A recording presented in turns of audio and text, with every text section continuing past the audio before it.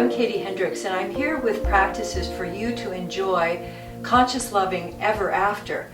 It's one thing to read a book, and it's another thing even to read that book to your partner, but it's a whole other thing to be able to embody the practices that we talk about in the book. The practices are really designed for you to have an experience of what we've been talking about and to be able to use that in your day-to-day life with your relationships. This particular one I'm so excited about because I've been experimenting with it for years, and it is really the basic way to keep creativity alive in your relationship and also to liberate the genius of your relationship. What can happen when both of you are giving and receiving love and giving and receiving impulses to communicate with each other? So come along with me as we explore it. So I wanted to introduce you to our friends Art and Karina, whom we've known for many years, who are grads of ours and colleagues of ours and creative artists in their own right, and they have agreed to help us illustrate the practices for conscious loving ever after. In communication, if we think about communication, it really is like tossing a ball back and forth, so that each time you say something, you are actually lobbing something to your partner. And your partner can lob it back or not.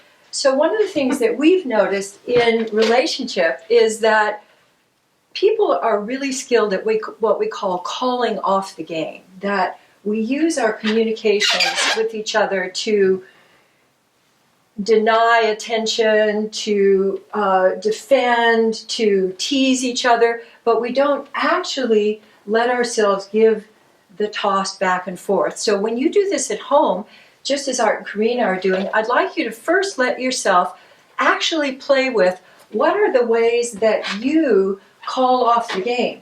You can call off the game by the way you give, and you can call off the game by the way you receive. So I'd like you to go ahead and experiment with your favorites and see if there's anything that you recognize in what they're doing.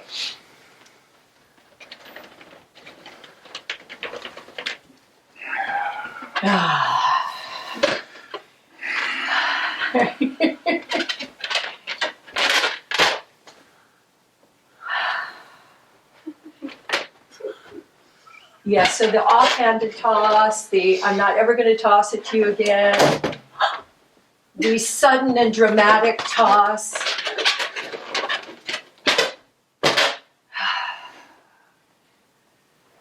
the freeze,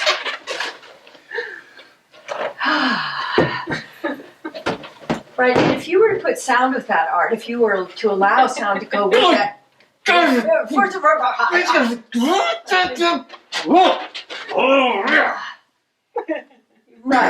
right. Yeah, so the dramatic victim receiving. So take a moment and see how you experience that.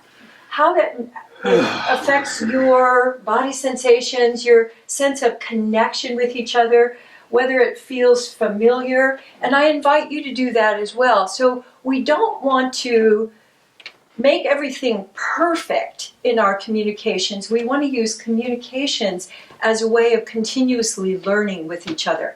And to recognize, here are the ways I call off the game, because that's been the most popular relationship game for centuries. And the ultimate, of course, is I'm out of here. I'm just going to take the balloon and I'm out of here. And so we want you to go ahead and make friends with those, and then let yourself try on a new intention. Here's the intention. Am I willing to keep creating new games? And am I willing with my partner to keep the game going? So we want to have you do it first with a balloon, because we get so heady. If we started with words right away, people would go right into their old patterns. But when you have something like a balloon, which is friendly, so even if you really lob it at each other, it's not going to hurt. And I recommend you use a really strong one so they don't pop as often. So we're going to play with this new intention of tossing the balloon back and forth, seeing how many different ways can I toss it and can I keep the game going. So we'll do that for just a few minutes and notice how that changes your energy with each other.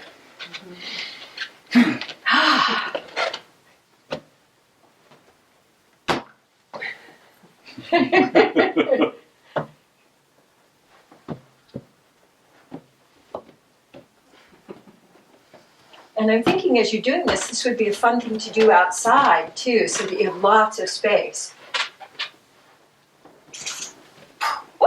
So even if it does drop, it's not like somebody messed up. It's just part of the game. How can we play with that? So it introduces you to the whole idea that when you're tossing with these intentions, there are no mistakes. And when you're tossing with these intentions, you keep having more and more connection with each other and more opportunity to play. Yeah, beautiful. Super.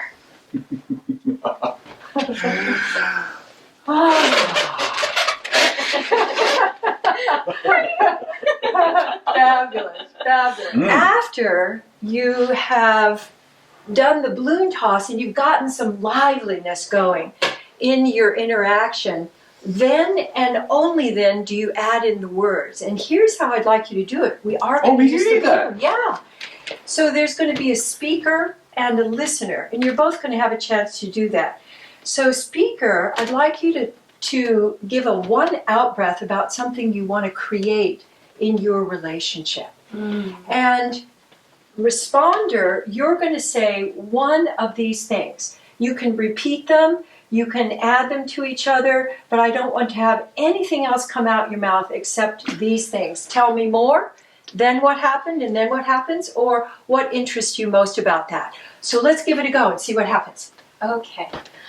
I want to create a continuous sense of connectedness, of soft, gentle sweetness that flows through everything we talk about.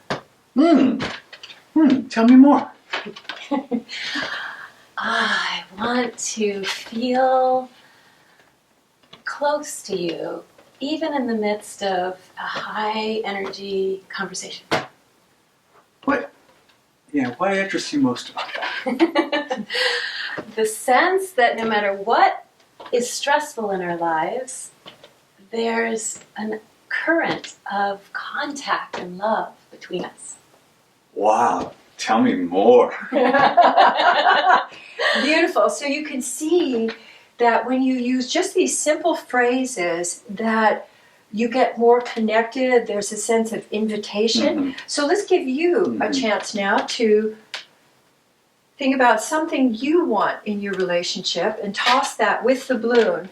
So here's one of the keys about using the balloon that I really recommend is that you can also really realize and notice whether you do toss the balloon. So you could be saying, what I want in our relationship is for you to do all of the chores and handle all of the gardening, and then I'm just going to I'm going to do the heavy thinking, but and you never toss the ball, so there's never a chance for your partner to And thank you. And thank you. Yes. Goodbye. Yeah. All right. Carry on.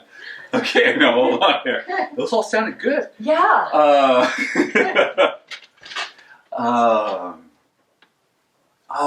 I want to spend more time outdoors with you. Tell me more about that. Oh, I just love the feeling of us when we're out in the woods, when we're taking walks in the woods, and how we're appreciating the beauty around us. Yes. What interests you about that? What interests you most about that? Two things. The big one is that we feel more one-ish together. It's like the place where we comes together. And the other is I feel very alive outdoors. And then what happens? And then what happens? Well, say yes and we'll go find out. Yes, thank you. So what we have found is that using this simple practice really deepens the intimacy, deepens the fun, makes communication rather than work. We're working on our relationship. It gives you a chance to liberate the creative genius for you individually and for you together. Yeah. So thanks for demonstrating this. Oh, thank you. Very fun.